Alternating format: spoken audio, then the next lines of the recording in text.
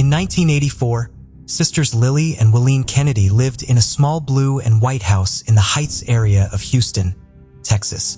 Wileen was an interior decorator who focused on stained glass decorations. She also sold old-fashioned clothes and jewelry. Lily used to work with data but was out of a job.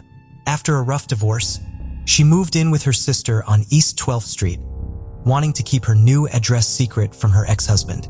On March 5, 1984, just a few days after Lily moved into the home, the girl's 63-year-old father Jack was waiting for them to pick him up to drive him to a doctor's appointment at 8 a.m.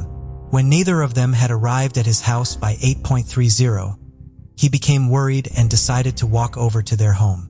When Jack arrived at the small house, the door was slightly ajar. He made a terrible discovery. The bodies of his daughters were on the floor of the living room, lying head to foot in a row. Lily had been shot once in the head. Wileen, however, had been raped and stabbed 4 times in the neck, which led the police to believe that Wileen had been the killer's intended target.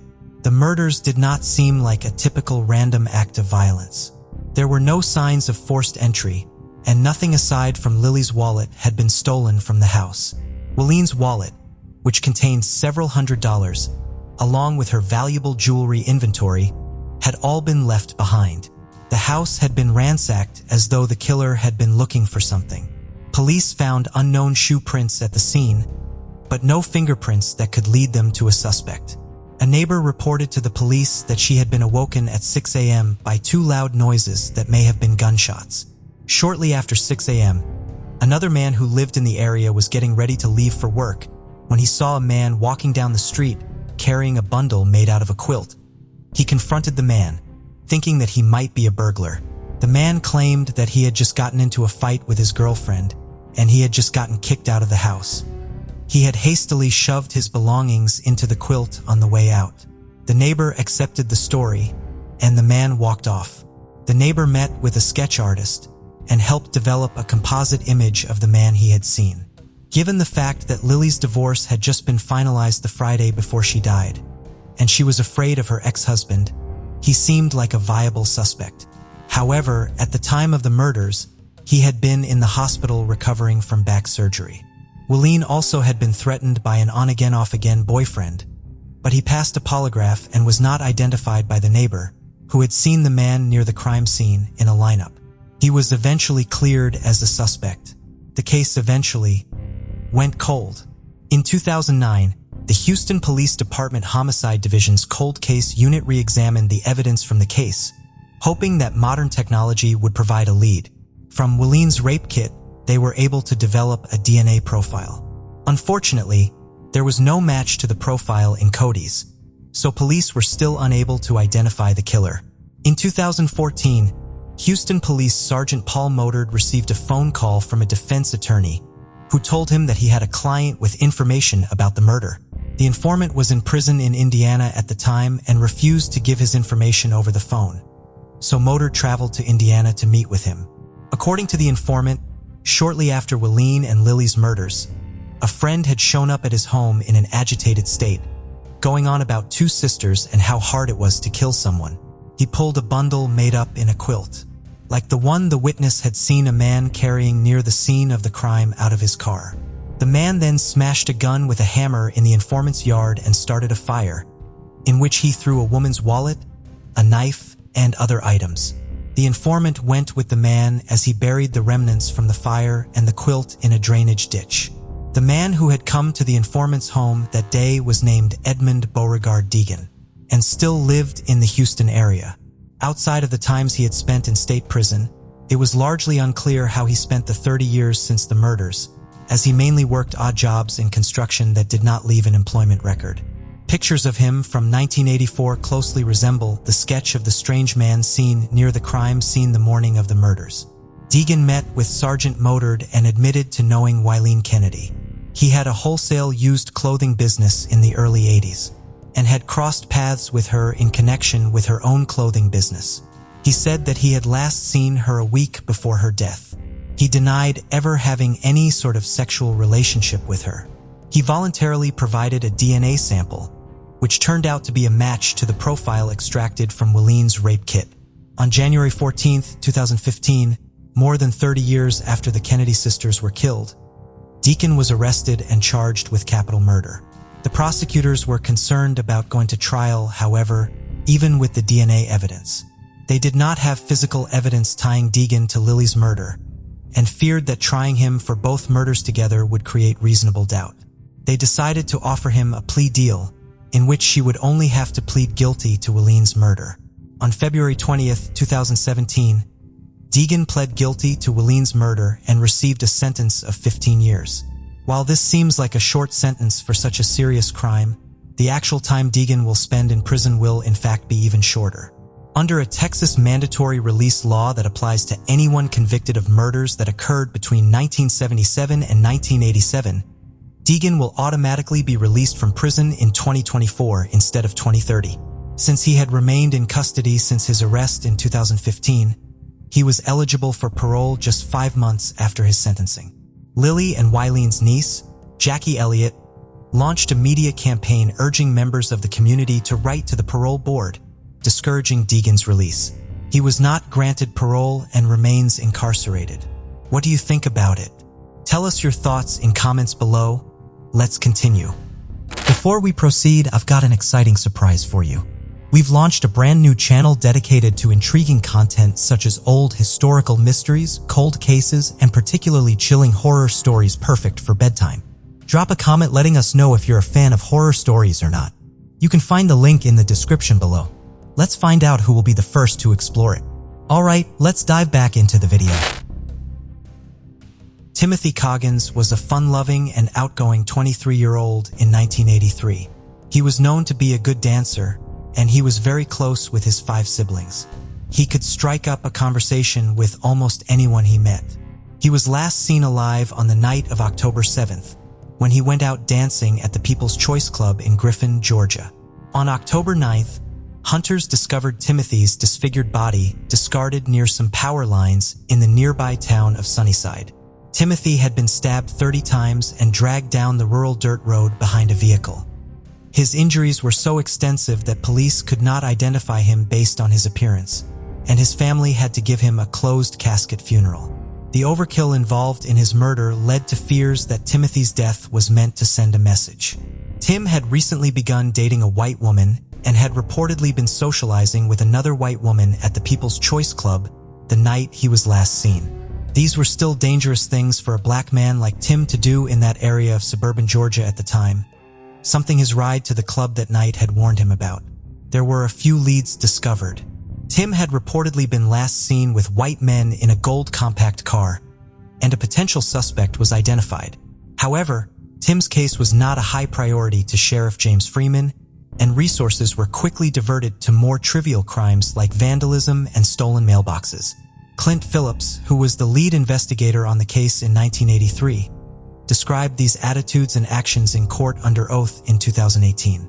Tim's case had gone cold almost immediately, and Phillips had to close it after just a few months. Over half of the evidence collected at the scene would eventually disappear.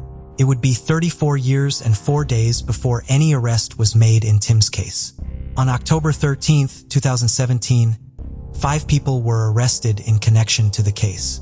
Bill Moore Sr., 58, and Frankie Gebhardt, 59, were charged with murder, felony murder, aggravated assault, aggravated battery, and concealing a death. Gregory Huffman, 47, was charged with obstruction and violation of oath of office. Lamar Bunn, 32, and Sandra Bunn, 58, were both charged with obstruction. Moore and Gebhardt were brothers-in-law, and Sandra Bunn was Gebhardt's sister. Lamar Bunn was Sandra's son and Gebhardt's nephew. Moore and Gebhardt were the only 2 individuals charged with crimes directly tied to Tim's death. The other 3 individuals were accused of crimes committed long after the murder, carried out to help cover it up. Lamar Bunn was a part-time police officer who previously worked for the Lamar County Sheriff's Office and who, according to his arrest warrant, instructed Gebhardt on how to prevent having his DNA collected, and met with other members of law enforcement in an attempt to prevent the collection of evidence in the case. Sandy Bunn was alleged to have instructed her brother on how to obstruct and prevent the collection of evidence. Gregory Huffman was a Spalding County Sheriff's Office detention officer, accused of revealing the name of a confidential informant being used against Gebhardt. Following their arrests, Lamar Bunn was placed on unpaid administrative leave pending an investigation, and Huffman was fired. The Georgia Bureau of Investigation had reopened the case based on reports that Gebhardt, who was the one potential suspect identified in 1983, was bragging about the murder in prison. He was boasting to other inmates about how he and his brother-in-law had protected the white race from black people by killing a black man, although he exclusively used a racial slur that will not be repeated here to describe him. Gebhardt has numerous white supremacist symbols tattooed on his body and was an outspoken that limited the rights of African Americans that the local government was trying to have taken off the books in the early 1980s. The white woman Tim had been socializing with on the night of October 7, 1983, turned out to be Gebhardt's girlfriend. The report of Gebhardt's statements in prison prompted GBI agents to re-interview witnesses, many of whom said that they had been threatened into silence by Gebhardt in 1983. The renewed interest in the case in turn spurred even more eyewitnesses to come forward, and over 60 people were eventually interviewed by authorities. Gebhardt had apparently been very proud of his crime, and his involvement in the murder was apparently common knowledge, although fear of Gebhardt and his threats of violence kept the community quiet. One of the witnesses had been just 10 years old when he heard Gebhardt describe the gruesome crime in detail. Physical evidence, including a chain, a knife, and a shoe, was found thrown inside a well on Gebhardt's property.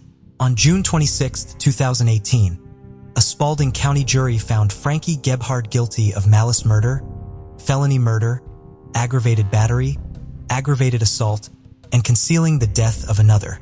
He was sentenced to life in prison plus 30 years. Bill Moore was scheduled to go to trial later in 2018 on the exact same charges, but after Gebhardt's conviction, he agreed to a plea deal. The Coggins family was consulted about the deal and agreed to its terms. On August 16th, Moore pled guilty to volunteering manslaughter and concealing the death of another. He was sentenced to 20 years in prison plus 10 years of probation and will be eligible for parole. Judge Fletcher Sams placed an additional condition on the plea deal, barring Moore from ever returning to Spalding County or any of its surrounding counties should he ever be released from prison. Told CNN that she was close enough to Moore in the courtroom to speak to him at his sentencing. "I told him that what he did to our family 35 years ago tore our family apart," she said. "Our grandmother went to her grave not knowing what happened to her son. I said, 'We forgive you. I hope that whoever you pray to, you ask for forgiveness and are forgiven.'" Marcia Carter moved from Canton, Ohio to California with her husband and 3 sons in 1979. Within a few years, however, she and her husband divorced. By 1983, 25-year-old Marcia was living in the city of Richmond and had a 4th child, a son she did not share with her ex-husband. The single mother managed to work as a purchasing agent for a manufacturing company to support her children, attend college, and sing in a rock band.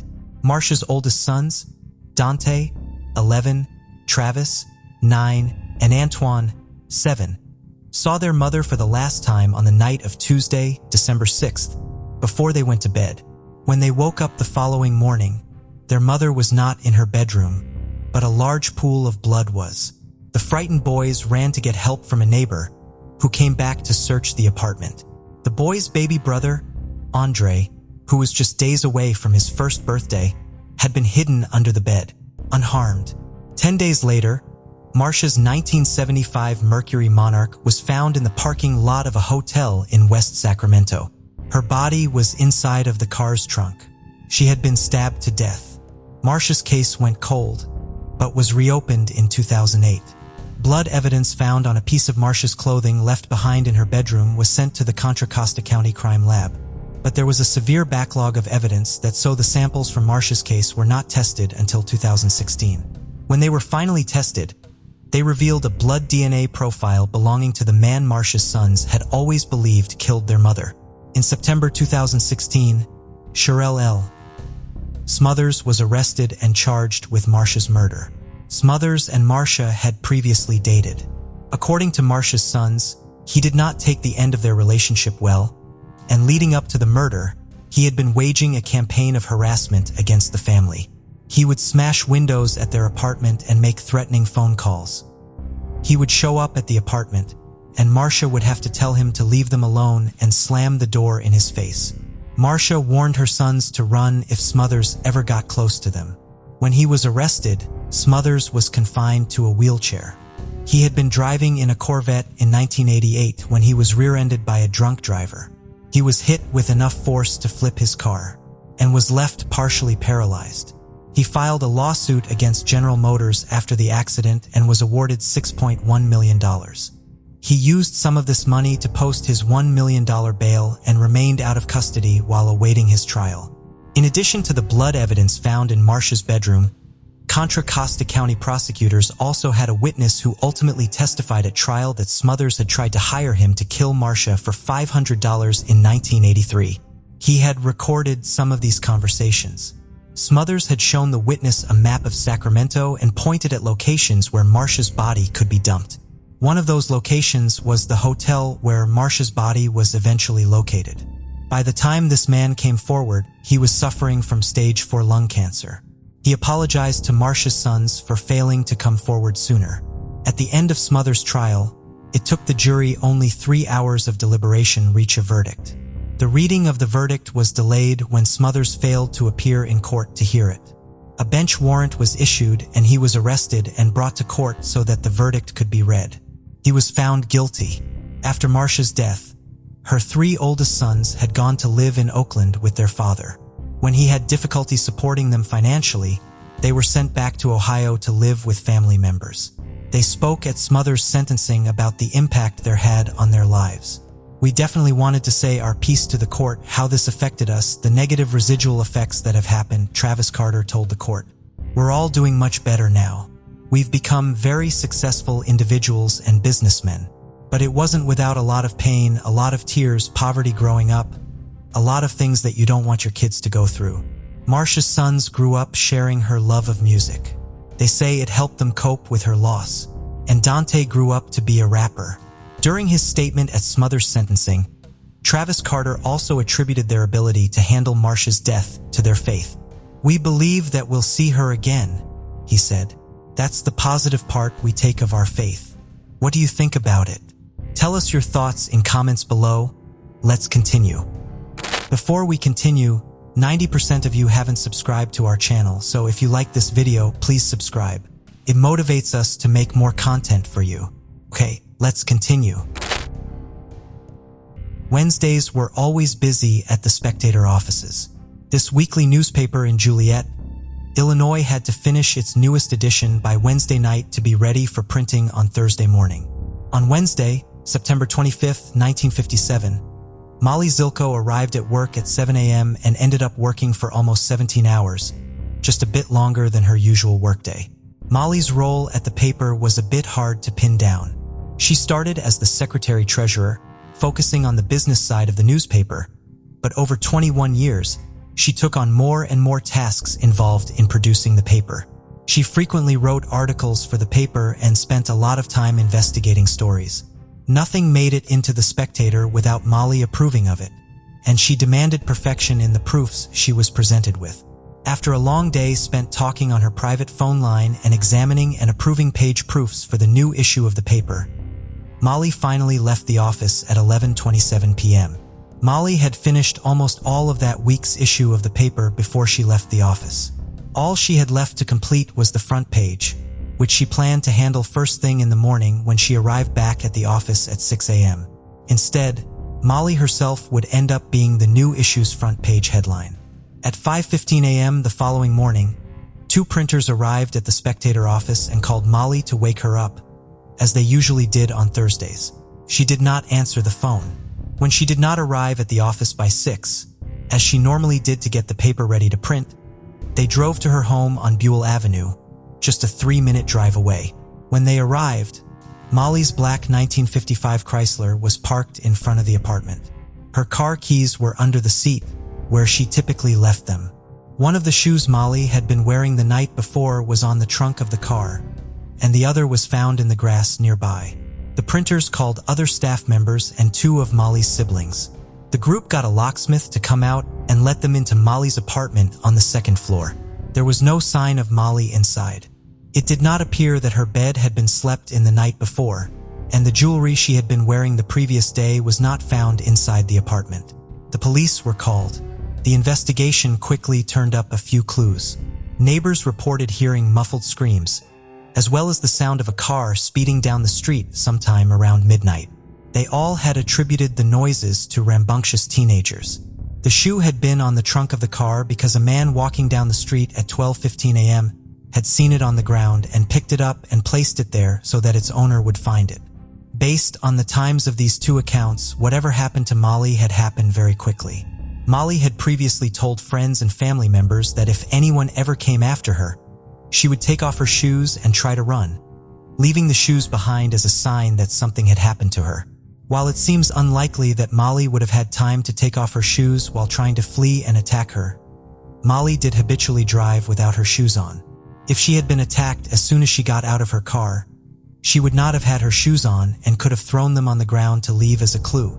Molly's disappearance became a major news story, in part because her co-workers at the newspaper made it so. Reporters from across the Midwest traveled to Joliet to cover the case as well. The air and ground search for Molly spanned 5 counties.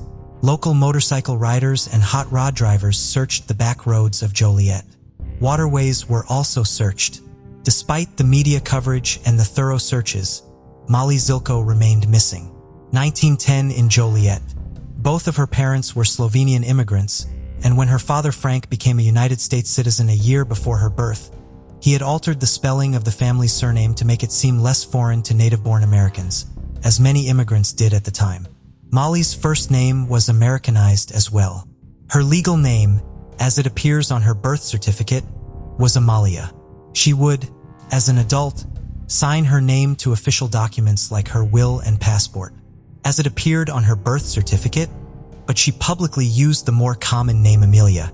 However, her full first name rarely mattered, as most people called Amelia by her preferred nickname, Molly. At the age of 17, Molly had gotten a job as a secretary at the law practice of William McCabe. McCabe would be a fixture in Molly's professional career, and she would remain fiercely loyal to him. The 42-year-old was a lawyer by the time he hired Molly, but he had started out his career as a reporter in 1903 and had worked for several newspapers. McCabe was also heavily involved in politics.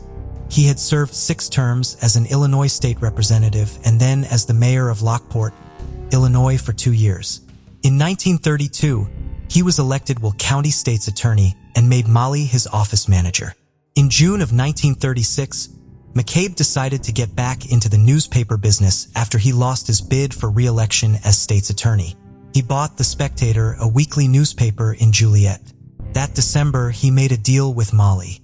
He offered her the position of secretary-treasurer of The Spectator, a position which would pay her $20 a week. Her main responsibility would be to ensure the paper's finances were built on a solid foundation. If she achieved this goal, she would be given 33 shares of Spectator stock. Molly received these shares at the beginning of 1945. On April 7, 1948, William McCabe, who was again running for public office, was beaten with baseball bats and left for dead along a rural road by 4 attackers. He was not found for several hours. While he survived the attack, he was plagued by pain and health problems for the remainder of his life. This left him unable to be as active in the day-to-day operations of The Spectator. With McCabe out of the office much more frequently due to his injuries, Molly took on more and more of the responsibilities of the newspaper. While Molly had been a major part of The Spectator, it was at this point that she became the main driving force behind it. Molly received 15 more shares of stock in the paper in December of 1951. In 1953, she and William McCabe established a trust agreement. They each held 48 shares of stock in The Spectator and gave 3 additional shares to state's attorney Frank Masters to hold in trust. In the event that either Molly or William passed away, Masters was to sign the 3 shares over to the surviving member of the agreement, which would give them controlling interest in the paper. Given William McCabe's advanced age and poor health, he was expected to pass away long before Molly, making the trust agreement essentially his way of making Molly Zilko his heir apparent as far as The Spectator was concerned. The attack on McCabe resulted in Molly being much more involved at the paper, and it also resulted in Molly getting involved in investigations that made a lot of dangerous people unhappy. Molly believed that her longtime employer and business partner had been attacked by members of a local crime syndicate. Joliet was plagued at the time by political corruption and organized crime. Just before McCabe was attacked, The Spectator had run several articles about the illegal gambling operations the syndicate operated in the area. Molly believed that McCabe had been targeted because of the attention he had brought to the illicit operation and not for political motives. Molly would use The Spectator to voice her opposition to corruption and organized crime right up until her disappearance. She publicly denounced the minor punishment Joliet's mayor received for failing to pay taxes on kickbacks he had received. She figured out how to record phone calls and had several contractors fixing bids on city projects on tape. She banned the wife of suspected gang leader Francis, the Thin Man Curry, from the paper's society pages and would copy down license plate numbers from cars parked outside the Curry home while they were having parties. She reported heavily on local illegal gambling activities and the failure of police to shut them down. Gambling and its ties to organized crime dominated much of Molly's work at The Spectator just prior to her disappearance. Francis Curry's organization controlled the distribution and operation of pinball machines in Joliet. A Supreme Court ruling had also just declared that pinball machines were to be considered gambling devices. Molly therefore wrote editorials supporting city council candidates who wanted to ban the machines in Joliet, as well as the legislation itself. The city council voted to ban pinball machines in August of 1957, with the ordinance going into effect the following January. That same month, Molly focused in on an illegal gambling establishment operating out of an area warehouse, sending reporters and a photographer to investigate it. The attention resulted in the establishment having to close down. It reopened 2 weeks after Molly went missing. In short, there was not a shortage of dangerous people who would have been happy to see Molly Zilko disappear. While Molly publicly showed no fear in her writing, refusing to back down in her coverage of corruption and crime, she did often fear for her safety. She frequently suspected that she was being followed and once called one of her brothers because she thought someone was waiting to attack her in the parking lot outside of the Spectator offices. He drove over and sat in his car in the parking lot with a shotgun to watch her as she walked to her car, in case she had been right.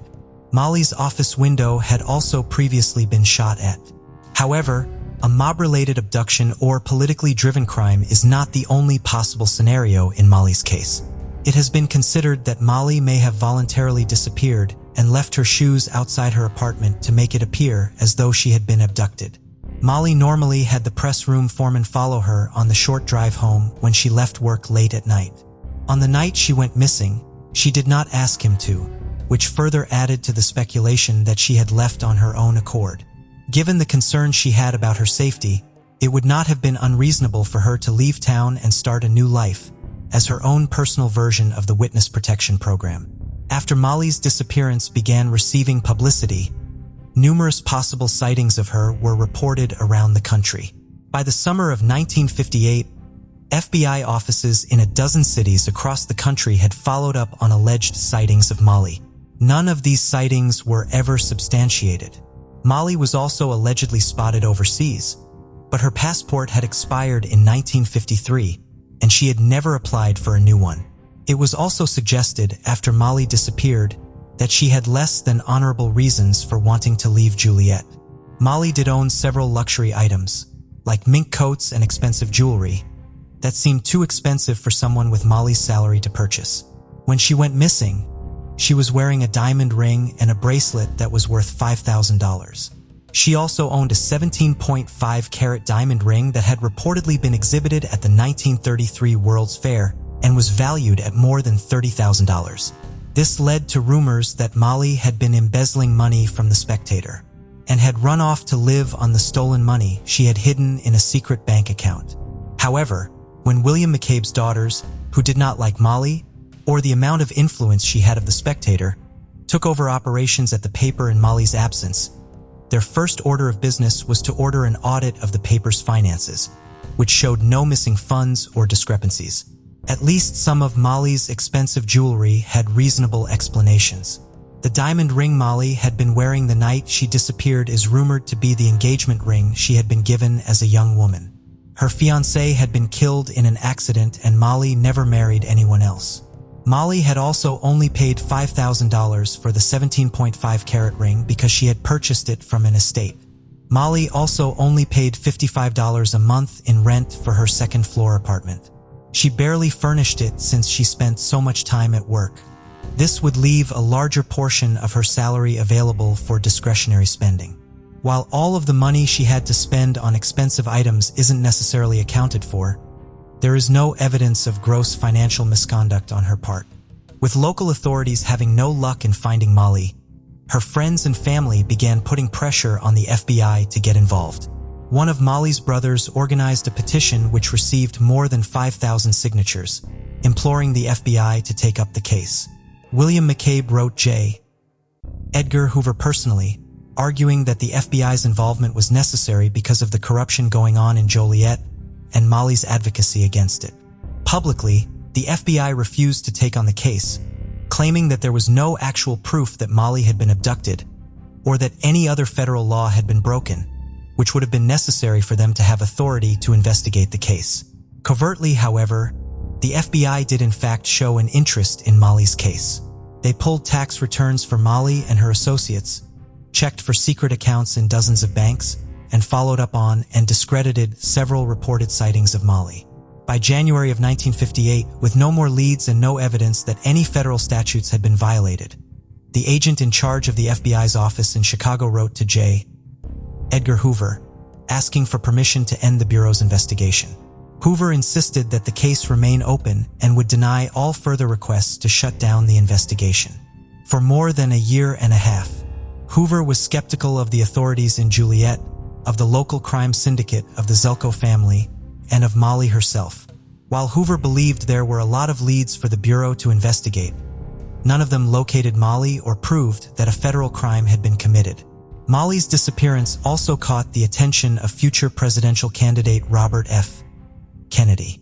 In 1958, Kennedy was the chief counsel for the Senate Rackets Committee and came across Molly's case while investigating organized crime's involvement in the coin machine industry. Kennedy came to Illinois to interview James Rinna, a mob enforcer serving time in prison for, among other things, threatening a newspaper editor who had been reporting on criminal ties to pinball machines. During his meeting with Kennedy, Rinna confessed to being involved in Molly Zilko's kidnapping and claimed to know where she had been buried. Kennedy and his investigator went to the farm Rinna had identified as the site of the burial and dug for Molly's remains themselves, but found nothing. Rinna later admitted to fabricating the story in hopes that Kennedy could get his sentence reduced. In 1978, reporters Lonnie Kane and John Whiteside published a series of articles re-examining Molly's case. In the course of their investigation, they uncovered two new major witnesses in the case. One of them was a bartender, who may in fact have been the last person to see Molly before she disappeared. According to the bartender, Molly had come into the private club where he worked and had a drink on the night she vanished. She left him a 50-cent tip and asked for $4 and change. She then made at least 2 long-distance phone calls from a phone booth and left. The phone records from that day had long been destroyed by the time Keene and Whiteside heard about this account, so there was no way for them to confirm it or investigate the people Molly had called. The bartender's story does fill in a gap on the timeline of Molly's final night. Her apartment was just a 3-minute drive from her office at The Spectator. Molly left the office at 11:27, and Molly's neighbors heard screams around midnight. If those screams came from Molly as she was being abducted, and she was abducted as she got out of her car to go into her apartment, then there was almost a half hour of time that would be unaccounted for, during which she could have stopped at the club for a drink. The second witness was a woman who insisted that she remain anonymous, and was given the pseudonym Sarah in Kanan Whiteside's coverage of her account. In September of 1957, Sarah lived on Stryker Avenue in Joliet, across the street from a construction site where a storm sewer pipe was being put in. At 1:30 a.m. on September 26th, an hour and a half after Molly Zilko's suspected abduction, she awoke to the sound of a car and got up to see if it was her husband arriving home. Sarah claimed to have seen 4 men get out of a dark car with Michigan license plates. They took something long and wrapped in a blanket out of the trunk of the car. Sarah then saw a woman's limp leg fall out of the blanket. The men buried the woman in the ditch that had been dug for the pipe before driving off. At least one of these men worked at the construction site, and Sarah saw him bulldozing over the area the following morning. This man was one of many who worked at the site who would come over to Sarah's house to ask for water. When this man came to ask for water that day, he asked Sarah if she had slept well the night before, and she feared that he had seen her witness the burial from her window. Sarah agreed to be hypnotized under the supervision of a doctor. The doctor believed that she was being truthful, and that she had experienced a traumatic event the night Molly Zilko went missing. Kane and Whiteside were also able to confirm that there had been a storm sewer pipe construction project on Straker Avenue in September 1957. The Will County State's attorney did not find Sarah's statements convincing. Sarah had waited 21 years to come forward and was not an ideal witness. Since Kane and Whiteside cannot reveal her identity, they cannot provide exact details as to why, but they have described her as having personal problems and strange beliefs. An exhumation of the area would have been very difficult and expensive, and as such was never carried out, since it would have been done solely based on Sarah's account. John Whiteside passed away from cancer in 2005 at the age of 61. Lonnie Kane maintains a Facebook page dedicated to Molly's case and is currently working on both a book and an 8-part podcast about her story. Molly's longtime mentor and business partner, William McCabe, died less than a year after she went missing. In 1959, Molly's shares of The Spectator were sold to McCabe's widow Ada for $51,000. The paper's popularity and success began to diminish, and the McCabe family sold it 4 years later. The Spectator went out of business in 1965. Molly Zelko was legally declared dead in 1964. What do you think about it? Tell us your thoughts in comments below. Let's continue. The story of a Long Beach John Doe is tragic from start to finish. At around 4:15 a.m. to 4:30 a.m. on June 3, 1978, the body of a teenage boy was found lying down on Division Street, close to the intersection with Corona Street in Long Beach, California. Given his youthful look, those who discovered the body immediately knew he was a teenager. First responders arrive at the scene minutes later, and at first they believed that the boy was yet another victim of a drug overdose. However, when he arrived at the medical examiner's office, his body told another tale. He had been strangled before being callously thrown onto Division Road. The report detailed that he was between 5 feet 7 inches and 5 feet 11 inches. He'd been found wearing a blue t-shirt, blue jeans, brown belt, and blue and white Red Wings running shoes. The word paid had been stamped on his hand, although the ink had faded significantly by the time he was discovered. Investigators believe that the paid stamp had possibly originated from a bar or club in the area. A medical examiner estimated that he was between 5 and 19 years old, although the lower end of the estimate was favored. In the days after his death, nobody came forward to claim him, and investigators took to calling him Long Beach John Doe. It was thought at the time that vicious serial killer Randy Kraft may have been responsible. Kraft operated just a mile from where John Doe was found, but Kraft was quickly ruled out as a suspect. The investigation into John Doe's identity and the identity of his killer continued, but the investigation went nowhere. The Long Beach Police Department never forgot about Long Beach John Doe and vowed to solve the case. And in 2022, Othram, the savior of cold cases and unidentified person gaze, stepped in to help investigators solve this case once and for all. According to Othram, quote, badly degraded and chemically damaged skeletal evidence was sent to Othram Labs in Woodland, Texas. The skeletal evidence had failed prior attempts, but Othram was able to develop a suitable DNA extract for testing.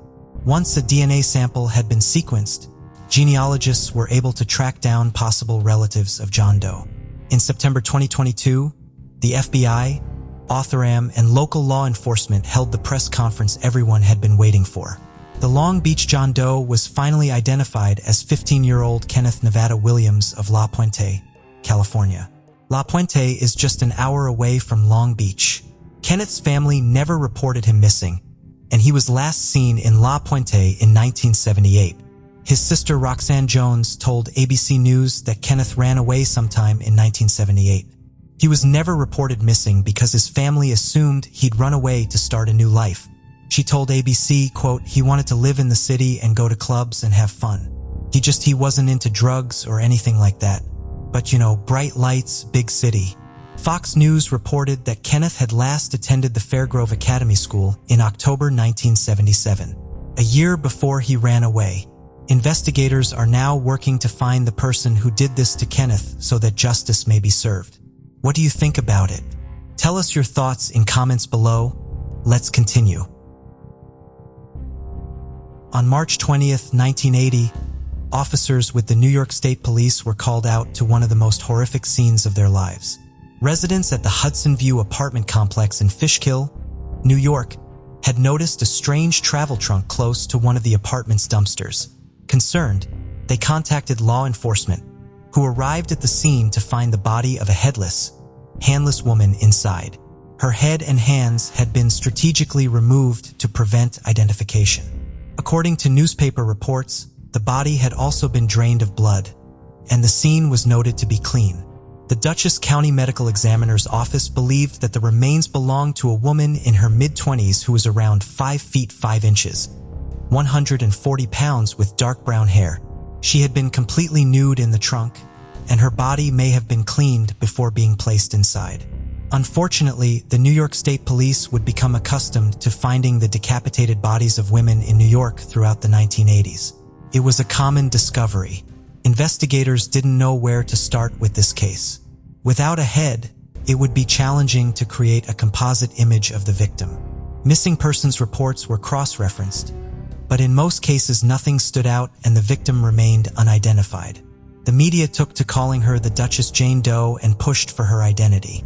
Be discovered. The case quickly went cold, but it wasn't for lack of trying.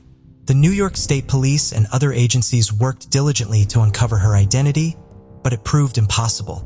In 2022, the FBI and the New York State Police partnered with Othram Labs to finally resolve this case. Her case had previously been added to NAMA's, but these leads went nowhere.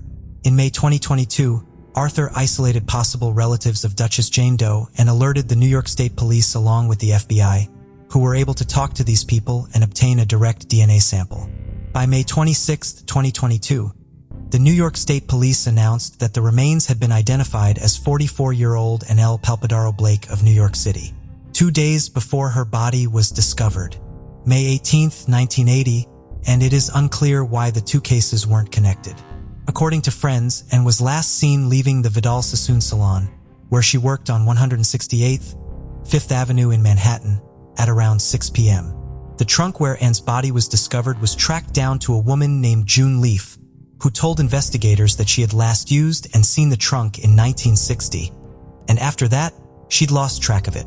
Investigators are unaware of any possible connections between June and Anne.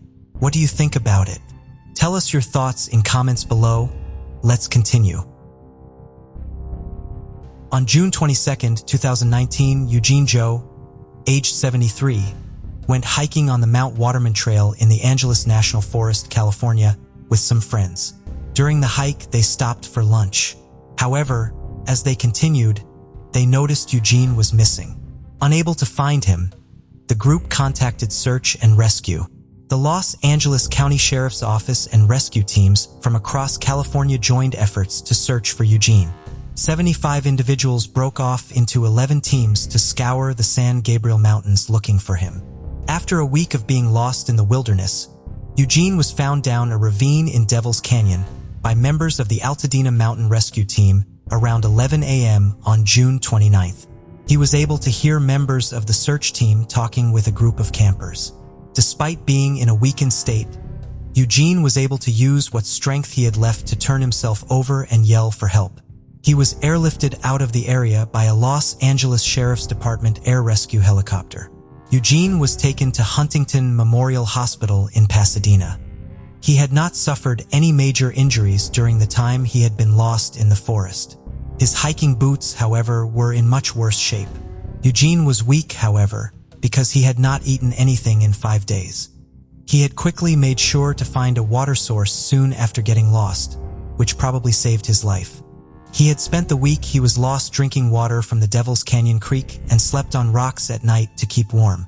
Eugene was discharged from the hospital the same day he arrived there. Eugene was thankful to have been rescued and grateful for all of the effort total strangers had put into finding him. He does not plan to continue hiking in the future. What do you think about it? Tell us your thoughts in comments below. Let's continue.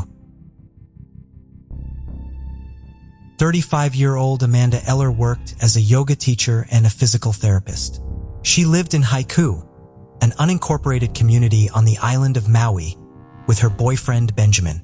On the morning of May 8, 2019, Amanda was meditating as Benjamin left for work at 7:30 a.m. She was not home when he returned from work, and she did not come home that night at all. Benjamin reported her missing early the following morning. Amanda's white Toyota RAV4 was found in the parking lot at the Mackelwell Forest Reserve at 9:50 a.m. on May 9th, the same morning she was reported missing. Her keys had been hidden under the front tire of the vehicle, and her cell phone and wallet were inside of it, along with a pair of flip-flops. Amanda loved nature and was an avid runner, so it would not have been unusual for Amanda to have visited this location on her day off from work. It was initially assumed that Amanda had entered the forest around 8 a.m. on the morning of the 8th, based on eyewitness reports of a woman matching Amanda's description being in the parking lot around that time. This timeline came into question 5 days after Amanda went missing, when Amanda's parents, who had flown into Hawaii to help look for their daughter, received a phone call from their pet sitter. A Mother's Day package had just arrived at their home in Maryland from Amanda. Surveillance footage was eventually found of Amanda in a store purchasing the final items for the package at 10 to 11 on May 8th. She was wearing the flip-flops that had been found in her vehicle. She had printed off the label for the package at home and dropped the package off at the post office approximately 10 minutes after she had checked out of the store. The Maui Fire Department spent 3 days diligently searching for Amanda, but their official search was called off after 3 days, as was their procedure. Amanda's family, however, continued searching for her on their own, thanks to the $77,000 they received in donations on GoFundMe and a massive outpouring of support from volunteers. During the course of the search, helicopters and drones searched for Amanda from the air. Divers searched nearby waterways, and volunteers and teams of search dogs searched on the ground. An average of 100 people searched for Amanda each day. On May 24th, 17 days after Amanda entered the forest, a volunteer helicopter pilot was just about to turn back after a search flight because he was going to run out of fuel. He received an instruction over the radio to make a wide right turn, which would take him over an area that had been outside of the official search area, near the Kailua Reservoir, roughly 5 miles north of where Amanda had parked her vehicle. When he did, the volunteers on the flight with him spotted Amanda lying in a creek bed. Amanda was airlifted by the Maui Fire Department to Maui Medical Center, where she was reunited with her family.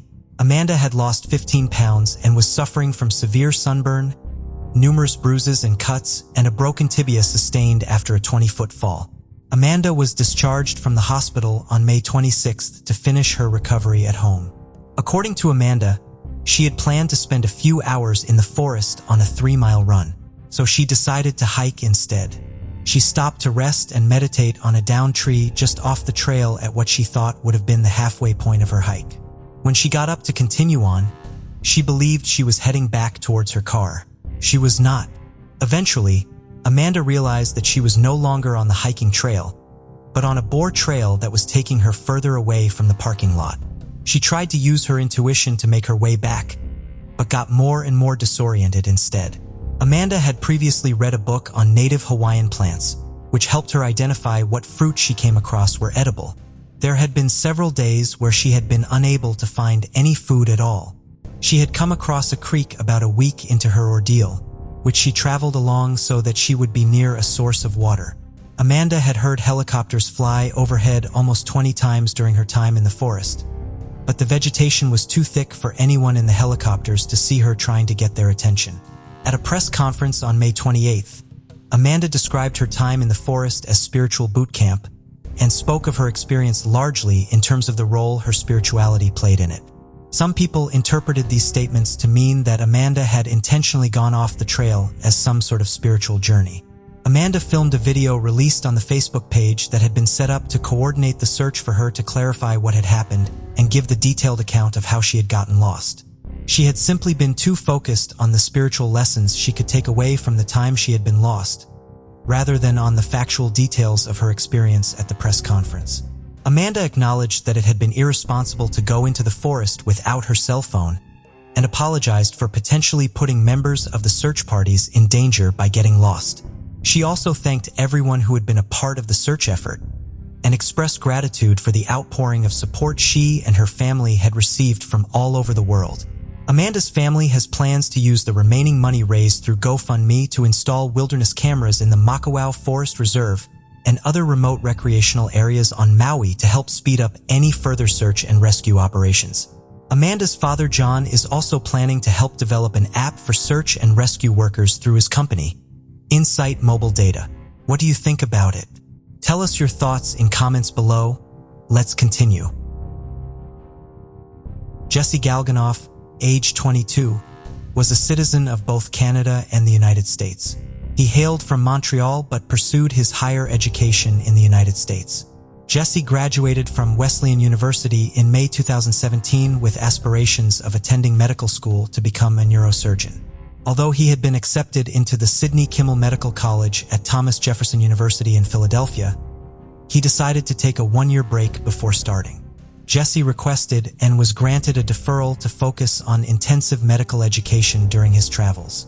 In the summer of 2017, he worked 3 jobs to fund an 8-month journey through South America and Asia, spanning from September 24, 2017 to May 15, 2018. Jesse planned to tour South America in the fall and then kick off his time in Asia with a friend's wedding in India in early January. He had a plane ticket back to Montreal booked for May 15, 2018 so that he could spend time with his family before he moved to Philadelphia to start medical school that July. Jesse's mother, Elisa Clayman, drove him to the airport on September 24th. Jesse took a flight to Toronto, where he connected for a flight to Lima, Peru. For the first few days of his trip, Jesse was in constant contact with his family and friends and was active on social media. On September 28th, Jesse sent his mother a text message, saying that he would be out of contact for a few days. He was going to be on the Santa Cruz Trek, a popular backpacking route through the Cordillera Blanca Mountains that typically took hikers 4 days and 3 nights to complete. Elisa expected to hear from Jesse on October 2nd, but no messages came. She initially assumed that he had needed extra time to complete the trek. After a few more days with no word from Jesse, however, she became worried. Jesse was normally very conscientious about keeping his mother appraised of his whereabouts and soothing her concerns about his safety while he was traveling. When Jesse had hiked the Adirondack Trail with some of his friends, he had hiked up alone to a higher altitude to try to get cell service so that he could text his mother and let her know that he was okay. Since Jesse was an adult, Elisa still tried not to panic. On October 7th, she saw a charge on her credit card from the family Apple account. Jesse had spent $1.99 on an app used to track expenses. This purchase reassured Elisa, who assumed that it meant that Jesse was somewhere with a Wi-Fi signal and he was just too busy to talk to her. When another week went by with no contact from Jesse, however, Elisa could no longer sit by and wait to hear from him. On October 14th, she called Apple and asked if it would be possible to trace where the charge on the 7th had been made. After several calls and transfers, she learned that Jesse had purchased the app not on October 7th, but on September 28th, before he left for the mountains. The charge to the credit card had been delayed due to a technical issue. Elisa then called the Canadian Embassy to report Jesse missing. She had to file a missing persons report with her local police in Canada before his case could be brought to Interpol, and she also had to report his disappearance to the FBI because of his dual citizenship. On October 17th, Elisa was in Peru. Elisa was able to make this trip, due in part to a $100,000 donation made by prominent Montreal businessman Mitch Garber and his wife Anne-Marie Boucher to the effort. The couple made the donation because their son was a good friend of Jesse's from school. This donation would be the first of many made by people all over Canada and the United States to a fund created to aid in the search for Jesse. The fund is managed through the Missing Children's Network. When she arrived in Peru, Elisa was initially unable to learn much more about Jesse's movements than she had already known. On September 28th, Jesse took an overnight bus from Lima to the city of Juarez, 400 kilometers north of Lima. He had previously booked a place to stay in a hostel there, but ended up staying in a different hostel. For several weeks, this was the last place anyone knew Jesse to have been, because of a Snapchat he had sent to a friend from the hostel. Elisa tried to use Jesse's devices to further track his movements. She attempted to get information from Apple because Jesse used an iPhone, Amazon because Jesse had been downloading books to a Kindle, and T-Mobile because they were Jesse's cell phone service provider. None of them would comply with the request because of privacy concerns. Elisa had to wait for the authorities in Peru to issue subpoenas compelling them to release the information they had. 3 weeks after Jesse went missing, Apple and Amazon both released information they had on Jesse's accounts. T-Mobile claimed that they were having difficulty gathering the information because Jesse had been roaming internationally. Little progress seems to have ever been made in finally getting Jesse's cell records, despite Elisa's ongoing efforts.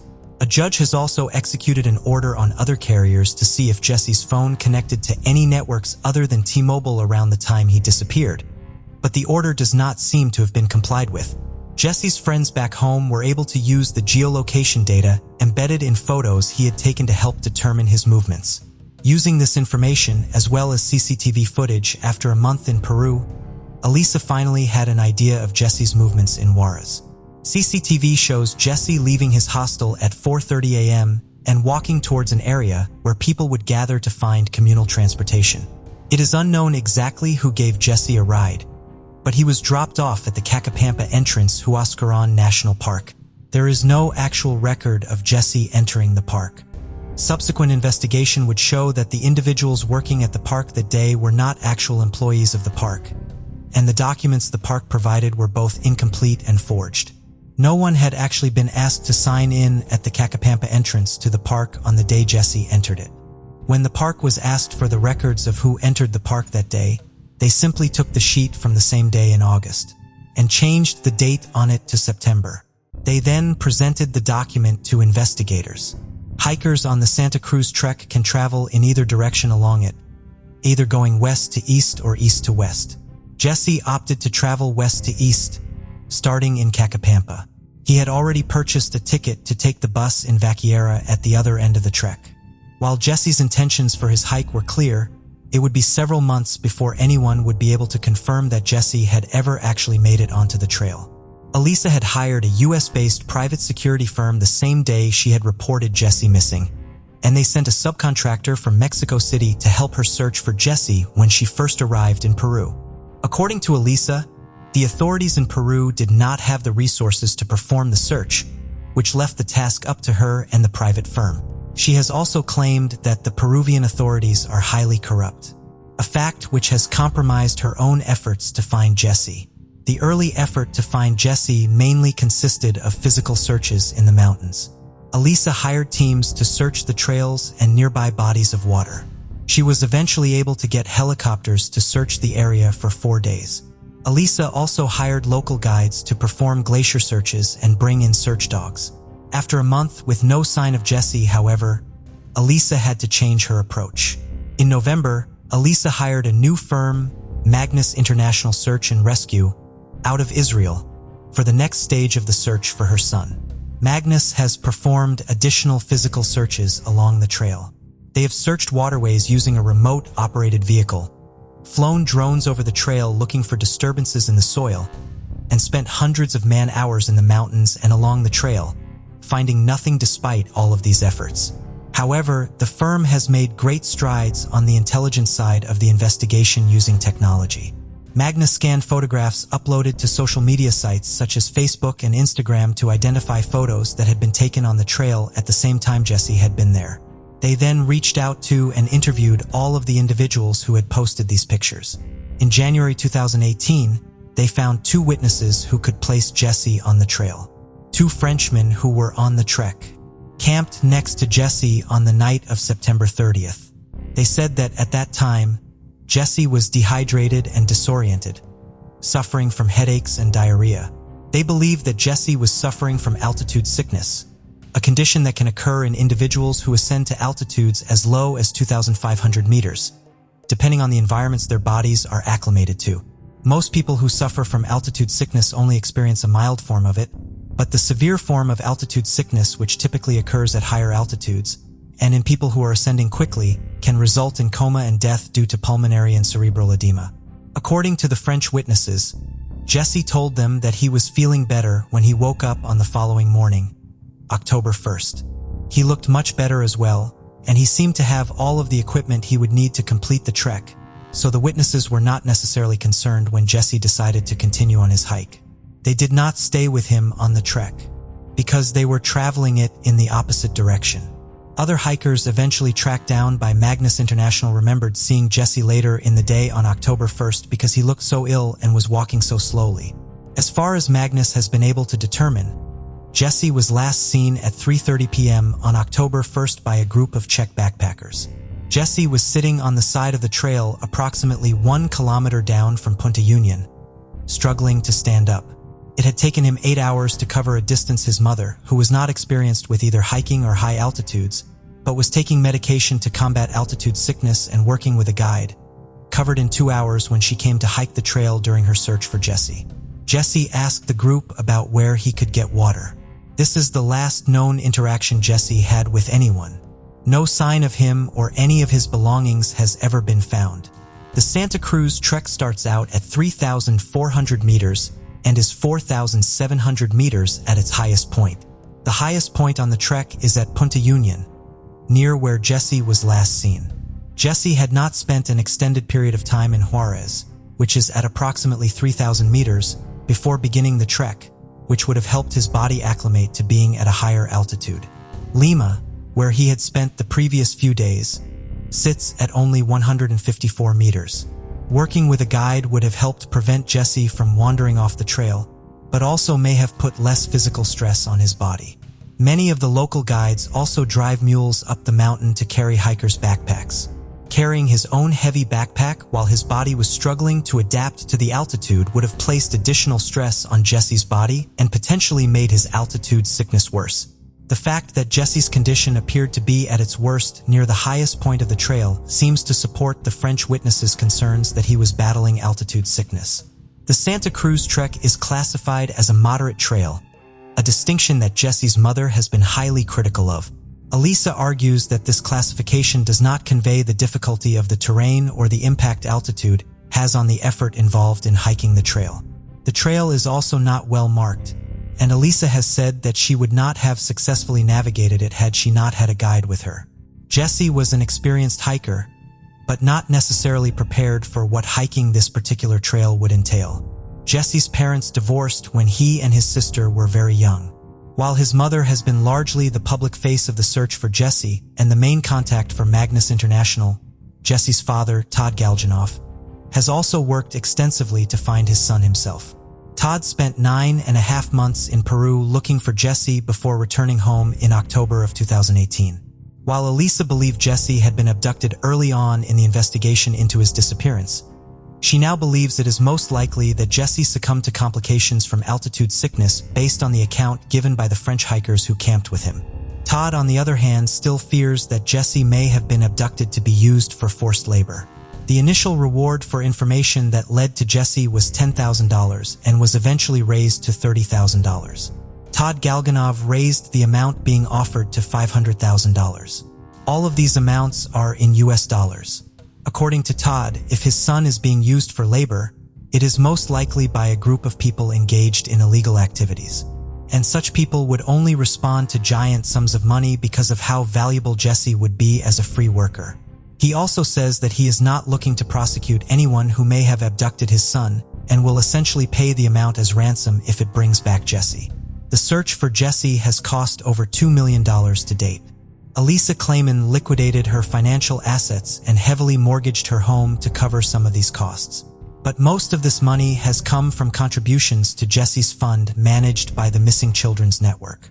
Some of these contributions have been private donations and some have been the result of fundraising efforts organized by Jessie's family. In March of 2019, Elisa Clayman organized a bazaar in Montreal. where she and volunteers sold donated items and hosted raffles. The event raised over $12,000 for the search fund. Elisa Kleeman is also working to prevent other families from going through what her family has experienced. She is currently filing a civil lawsuit against Huascaran National Park for negligence and forgery, and hopes to make the park safer for future hikers who wish to complete the trek. She also has plans to help develop tracking devices that could be used to locate children who go missing. While Elisa Kleeman believes Jesse has passed away and her fight is to locate his body and bring him home, and Todd Galganov still believes there's a chance Jesse is alive and needs to be rescued, they both continue to fight for answers about what happened to their son. What do you think about it? Tell us your thoughts in comments below. Let's continue. Thank you for joining us on this journey into the depths of unsolved mysteries. Cold cases not only challenge our understanding of the past, but also ignite our curiosity and determination for answers. Remember to subscribe to stay updated on our latest investigations. And if you have any information regarding the cases we've covered, don't hesitate to reach out. Together, we can shed light on the shadows of the past and bring closure to those who seek it. Until next time, stay vigilant, stay curious, and never stop seeking the truth.